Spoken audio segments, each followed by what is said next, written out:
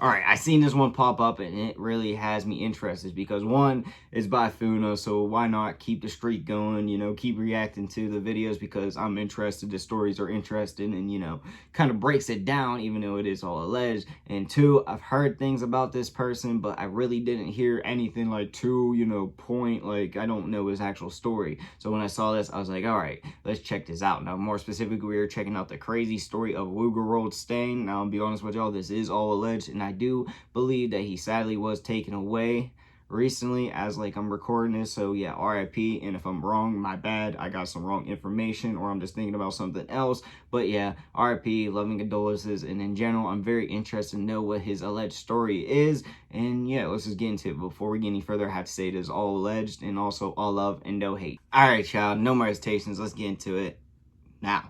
Was shot and killed in his own hood after serving 10 years in prison for shooting someone in the face.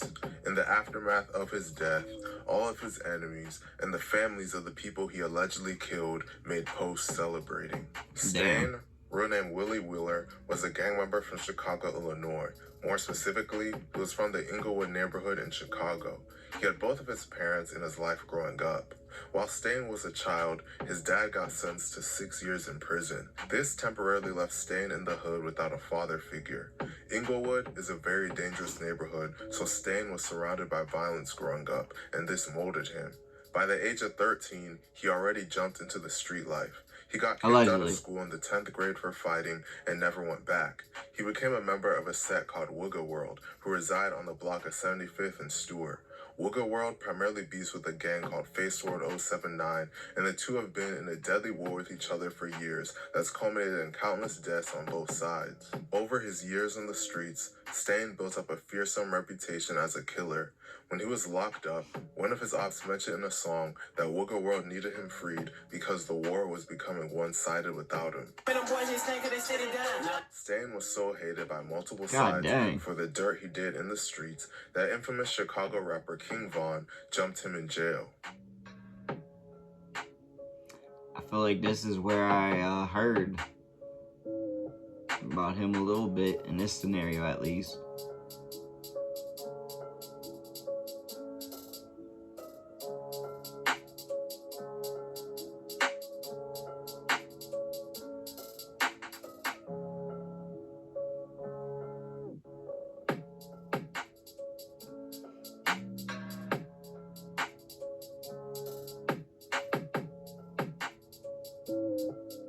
Damn.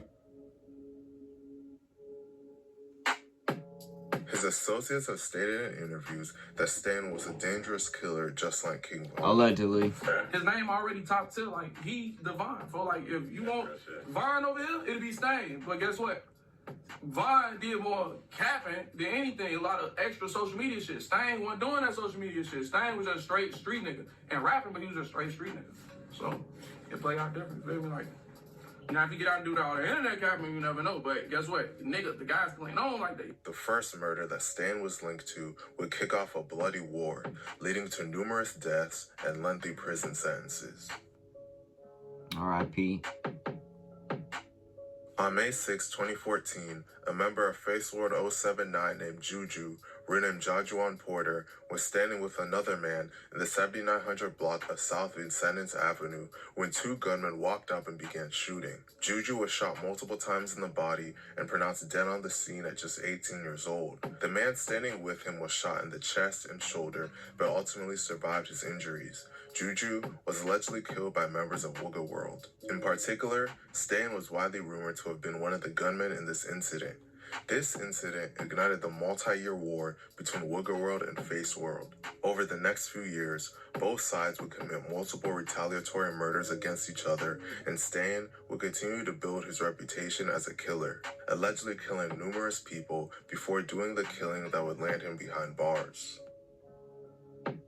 R.I.P. On August 19, 2015, at about 1:20 p.m., Stain and his friend Devontae Watson saw a man named Dwayne Thomas on a porch in the 4700 block of South Harvard with two friends. Stain and Dwayne got into a verbal argument as other witnesses watched from inside. Stain then pulled out a gun and from point-blank range shot Dwayne twice in the face, Damn. Once in the chin and once in the cheek. Dwayne's friends turned to run, and Devontae tried to fire a gun at them, but it jammed. Dwayne was rushed to Advocate Christ Medical Center, where he was pronounced dead an hour later at just 20 years old. Devontae was arrested the day after the shooting. He was charged with murder and was held on a $1 million bond. Stan was wanted for this murder but went on the run. He would eventually be caught after a few weeks as a fugitive. A couple weeks after the murder, on September 9, 2015, around 9:30 p.m., officers spotted Stan in a vehicle at a gas station near 76th and State. As officers approached, he sped away, taking them on a high-speed chase, and a man in the back of the vehicle he was in pointed a weapon at the officers. One of the officers fired toward the vehicle, but no one was hit. Stan's vehicle ran through several stops before it crashed into a pole in another vehicle in the 9500 block of South Halstead, where both men got out of the car and ran. Stan was found by a canine unit hiding in a garage about an hour later. Officers recovered a weapon from the vehicle. Stan was charged with murder, 2 attempted murders, and resisting an officer. Jesus. Stan ended up taking the case to trial because he felt he acted out of self-defense. In an interview, Stan said that he went to defuse the argument Dwayne was in, but Dwayne pulled out a gun, leading to Stan pulling out his own gun and shooting him. Stan hired an expensive lawyer, and the lawyer was able to get him a lenient sentence for the severity of his charges. He spent a long time fighting his case. He was in jail for 7.5 years before being sentenced and sent to prison. His first-degree murder charge was dropped to second degree, and he beat the attempted murder charges. He was ultimately sentenced to 19.5 years in prison, with only 50% needing to be served. As a result, Stan was released after 9.5 years locked up in 2025. Despite being behind bars for nearly a decade, his enemies didn't forget the things he allegedly did, and they would come after him. R.I.P. Wheeler, the deceased, according to the doctor, might be possibly 12 to 24 rounds in his body, numerous locations. I got a list of them, but I'll give it to the paper care. Police have been here for much of the afternoon investigating the shooting, and based on the number of evidence markers we're seeing on the ground, as many as 80 shots were fired here. The shooting happening around early afternoon near 75th and Harvard, apparently right in front of a convenience store. The Chicago Fire Department confirming 3 people were shot. One was pronounced dead on scene, another victim drove or was driven to a hospital, and a third victim was transported by ambulance. The genders, ages, and conditions of those victims unknown at this hour. As I mentioned, there was clearly a lot of gunfire. It's not just right in front of the store, but up and down the block as well. And at one point, we did see police bringing evidence markers inside the store, so it's unclear if perhaps there was gunfire inside as well. What led to all of this is still being investigated, but on May 8th, 2026, Stan was in the 300 block of West 75th Street near Harvard Avenue by a store.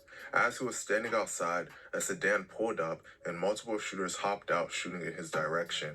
Stan was shot numerous times and taken to St. Bernard Hospital, where he was pronounced dead at just 31 years old. In the aftermath of his death, his ops have been celebrating, and people close to his alleged victims have been making posts saying their loved one finally has justice. It seems like if you do something in the streets, it will never be forgotten, no matter how much time.